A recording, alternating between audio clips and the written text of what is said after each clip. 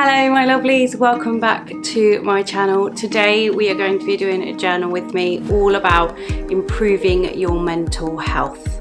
Now I did a poll on my stories last week and I did, choose a topic. So it was improving mental health, dealing with stress and letting go of perfectionism. So they are going to be the next three topics. So today is improving mental health, and then next week, because I'm going to be hopefully changing to weekly, we're going to be looking at stress, and then we're going to be looking at letting go of perfectionism. I think it was in that order. That's the order we're doing them in. But anyway, they are going to be the next few topics. So why is improving your mental health so important? I mean, it's pretty much an obvious question, really. And journaling is fantastic for helping us with doing exactly that, because we can use our journals for so much. And I've spoken about this in previous videos, but the benefits of journaling are endless, literally endless. And one of the biggest benefits that I think is that it's cathartic, it's an emotional release. So actually when we write on that page in front of us, we get everything that's inside of us and we get it out on that page, and it just helps us to deal with whatever it is that we're dealing with and process it. And also there's science behind it. The actual movement of the pen on the paper, that slows down the activity in the amygdala, which is the part of the brain which controls and regulates our emotions. So it is factually a calming process, a calming method.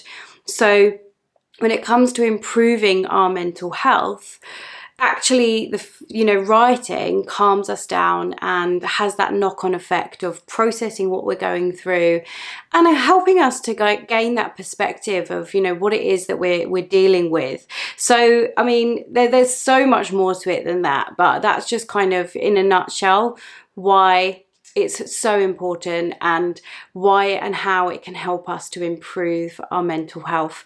And just processing our daily experiences, things that maybe cause us stress, cause us anxiety, cause us overwhelm, processing those things rather than keeping them all kind of locked away in our minds is going to help us massively, and it's going to help us to manage our mental health and look after it and care for it, because sometimes we do let that slip.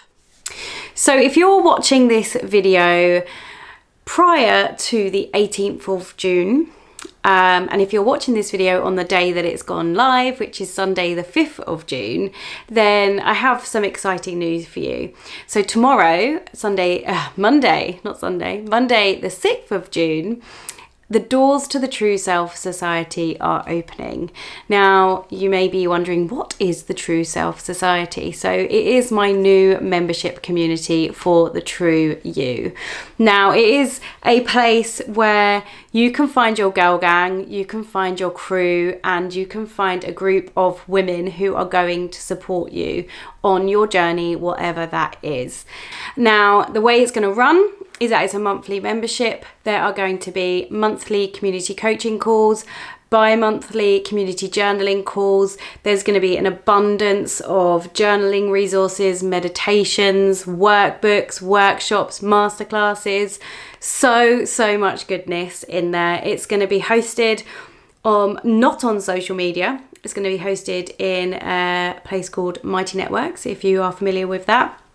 And there's going to be a community space. There's going to be monthly themes that we focus on. The first month of June is going to be welcome and worthiness. So we're going to be looking all about self-worth and how you can improve your worthiness.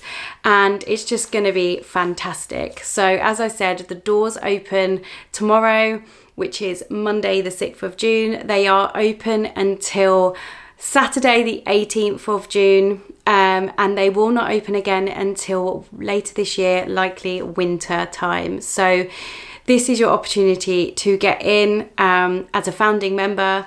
It's going to be fantastic and I'm so excited. So before we get stuck in, if you are new around here, the way that these sessions run is that I have about 4 prompts for us to run through, which are aimed at improving your mental health. Now, we will journal these together. We'll journal along, and there'll be some nice music. And the beauty of these videos is if you need longer to spend on the prompts, you can come back to them, or you can pause and take that extra time.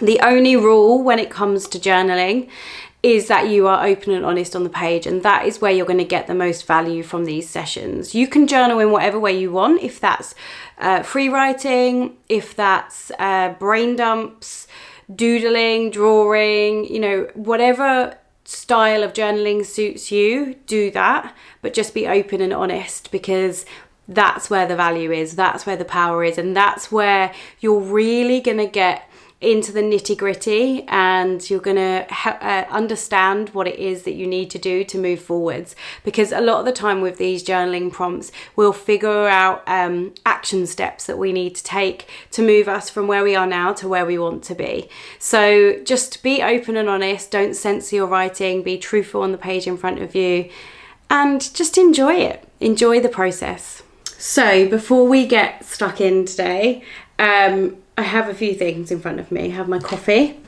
but I also have some books, and I just really wanted to quickly touch on these because I haven't found a really good fiction book in a long while, and I'd heard about these. This is a series of books.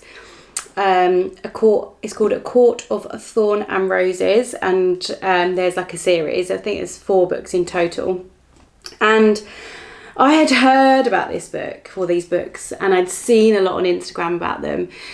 So I asked for them for, I think it was for Christmas, and I got them all. I've got 3. I think I don't have the latest one, and I started reading it, and it was a bit slow to get into, and I was like, oh, everyone's been raving about this, you know, what's it all about? And I just really wasn't getting into it. And I saw someone did a post on Instagram about these books. So I commented and said, does it get better? I'm reading it and it's a bit slow. And so many people replied to my comment. Not even necessarily, I think the person whose page it was did eventually, but not initially. So many people were like, stick with it gets so much better, like the first 50 pages are a bit slow, but stick with it. And oh my god, I'm so glad I stuck with it. This is one of the best books I've read in a really long time. Someone else I follow on Instagram has a cookery page, completely separate. She's just read the 2nd book and said it's one of the best books she's read in a long time. So I'm really excited to get stuck into the 2nd book. So if you like things like the Vampire Diaries, or maybe you read Twilight when it came out, it's that style of book. It's fantasy, it's different worlds, it's fairies, it's wolves, it's that kind of stuff. Romance, action, really, really good. So yeah, and they're making it into a series. They're making it into a TV series. And now I love the Vampire Diaries, and I have struggled to find a series that lives up to that. True Blood was also fantastic, slightly different, a little bit more adult than Vampire Diaries. But I absolutely love the Vampire Diaries and the originals and all that kind of stuff. And I have struggled to find a series that matches it. So I'm hoping that they really do it justice when they make it into a series. So this, I'm going to leave the name of it, get my words out, in the description box. So if you are interested, you can grab a copy. I know if you're in the UK, the Works, they sell the whole set for like 20 quid, I think, which isn't too bad. And then I just wanted to show you this as well. This has become like book show. I haven't read this yet, but I have heard fantastic things, and I was influenced by my good friend Ashley Looker, who told me about it, and its gloriousness. And this is Atlas of the Heart. It's Brene Brown's new book, and I mean, just look at the size of it. It's a chunky book. I don't know whether I'm going to be able to show you, but it's got like big colour pages, and you know, pages with lots of text on, but also like lots of like big quote pages and stuff. And I just really like it, and I haven't read it yet, but I will report back because I've heard fantastic things. So shall we get stuck in? Okay, so as you will have noticed, we're in a different area of my house this week. We're in the lounge. We are in the lounge. We've got some good prints up here. You can't actually see them all. Maybe I'll show you at the end. But that one up there, stop comparing yourself to strangers on the internet. Take that advice, please. I'm just going to have a sip of my coffee. And then we're going to get stuck in. So let's open my journal up. Got my prompts over here as per usual. I'm just going to put my phone on silent. I need to use it for the timer. We're going to start with one of my favourite prompts. I'm not sure if I've done this in one of these Journal With Me videos. But this prompt, I feel, is if you allow yourself to really go deep with it, you can really uncover some interesting things. So the prompt is, how am I feeling today? How am I feeling today? And we're going to go for 3.5 minutes on this one.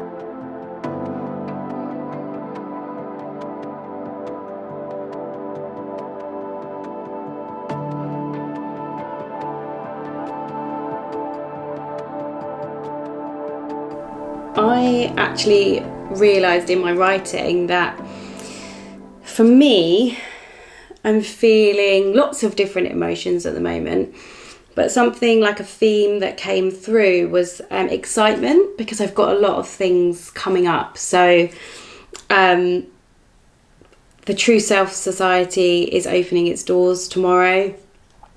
So that is mega exciting. And also we have booked some flights to go to Croatia at the end of June, and we need to book our accommodation, so we're doing that this evening. So that is really exciting as well. But then there's other emotions, like there's nerves linked to, you know, opening up a new membership, because it's something new, it's something exciting. It's also something that induces nervousness for me, but more so excitement. So excitement was kind of what came through mainly for me. But as I said, I find with this prompt that you start somewhere and you end up kind of going down different paths and different routes. And I could probably carry on writing on that prompt for another 5 minutes and still end up talking about all the different feelings and emotions that I'm currently feeling, because something I want to stress actually is that we are multifaceted human beings, and it is okay to feel all the different emotions at the same time or in the same day. You can be happy in the morning, you can be stressed 10 minutes later, you can be emotional, upset, ecstatic. You can experience all of those, those spectrum of emotions, because you're a human being, and give yourself permission to do that, because it's okay for that to happen. And often society makes us believe that we can't feel those things at the same time, and that we shouldn't be feeling those things, and you should always be happy, or if you're sad then, you know, blah blah blah.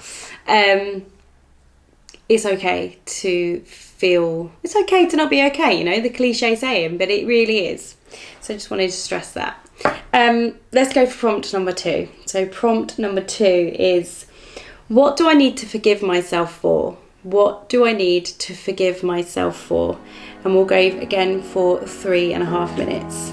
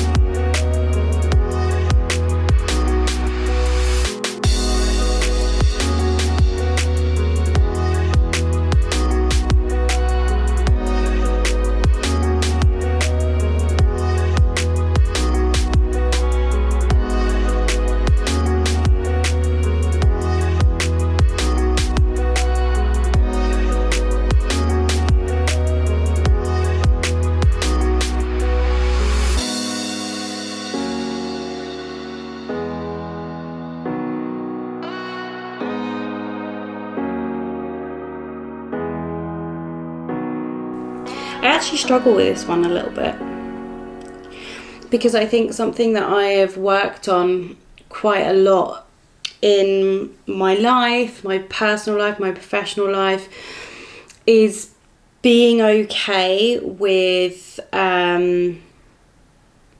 giving myself permission.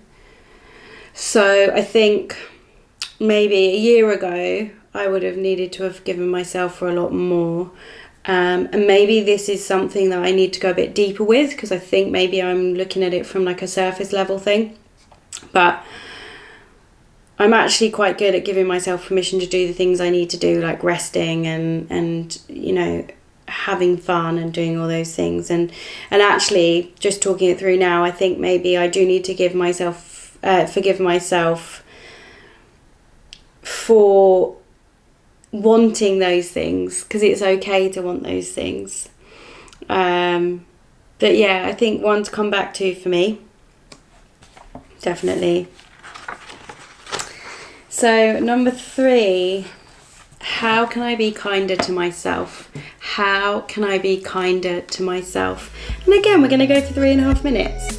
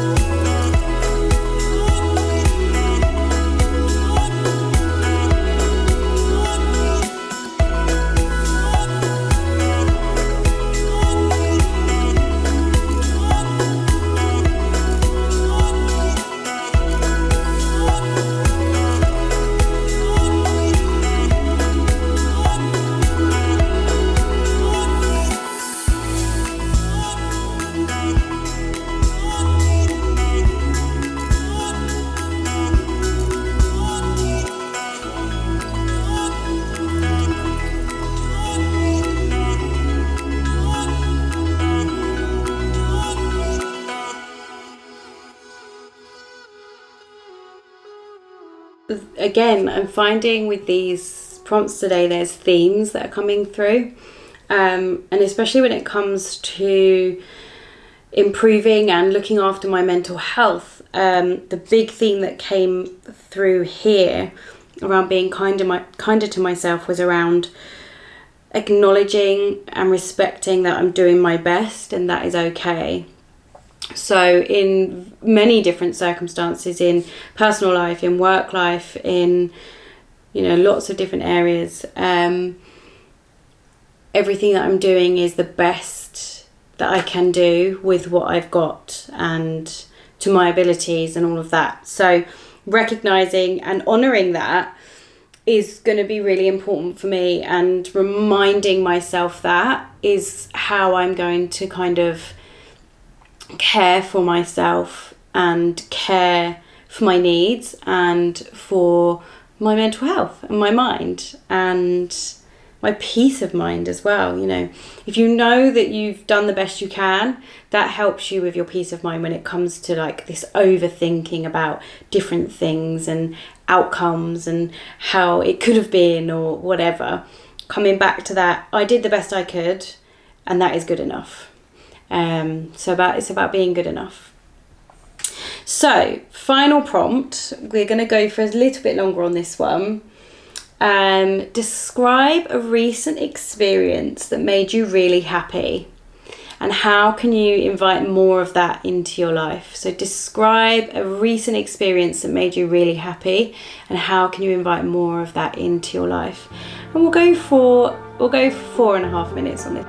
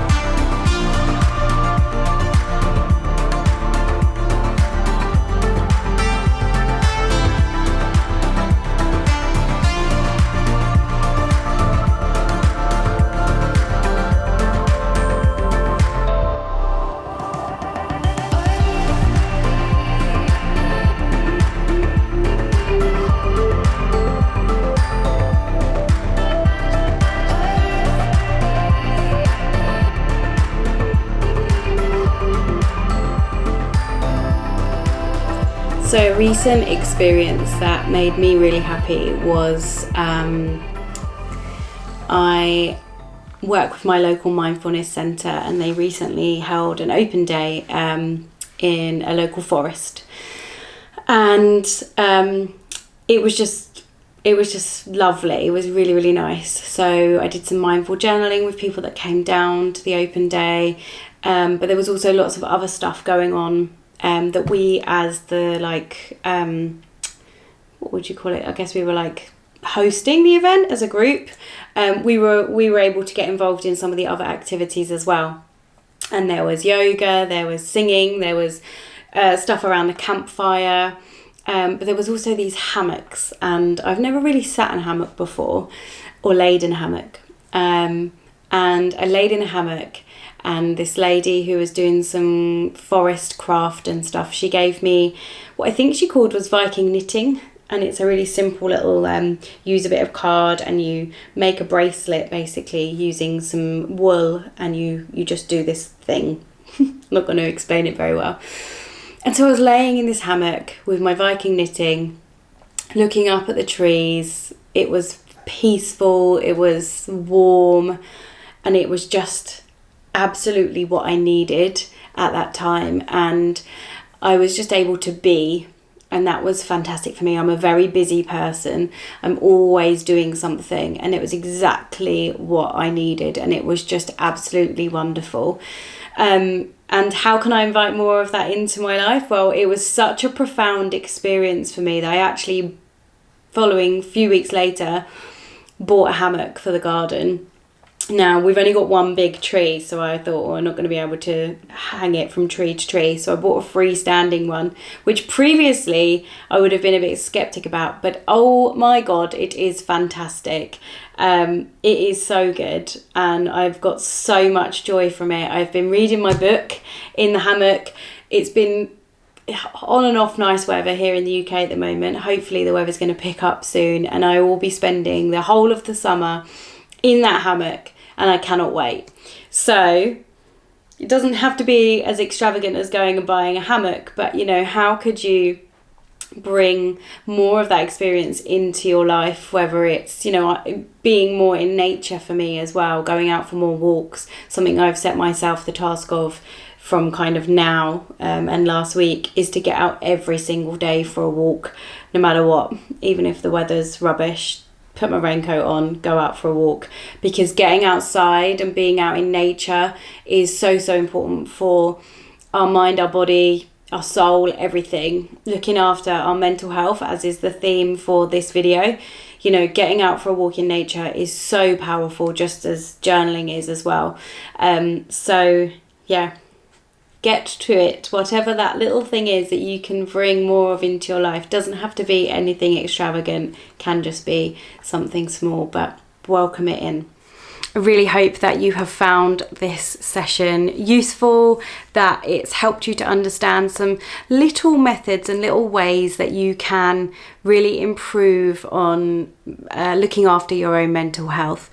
Just getting your journal out, or like I said just a minute ago, you know, getting outside, getting some fresh air, allowing yourself, your mind to kind of ease itself is going to be really, really helpful. So yeah, I really hope you've enjoyed it. If you have, make sure you like, make sure you subscribe if you haven't already. Share this video with someone who may need it. And if there's any topics that you want me to cover specifically, drop them in the comments section down below. And I hope to see you around here soon.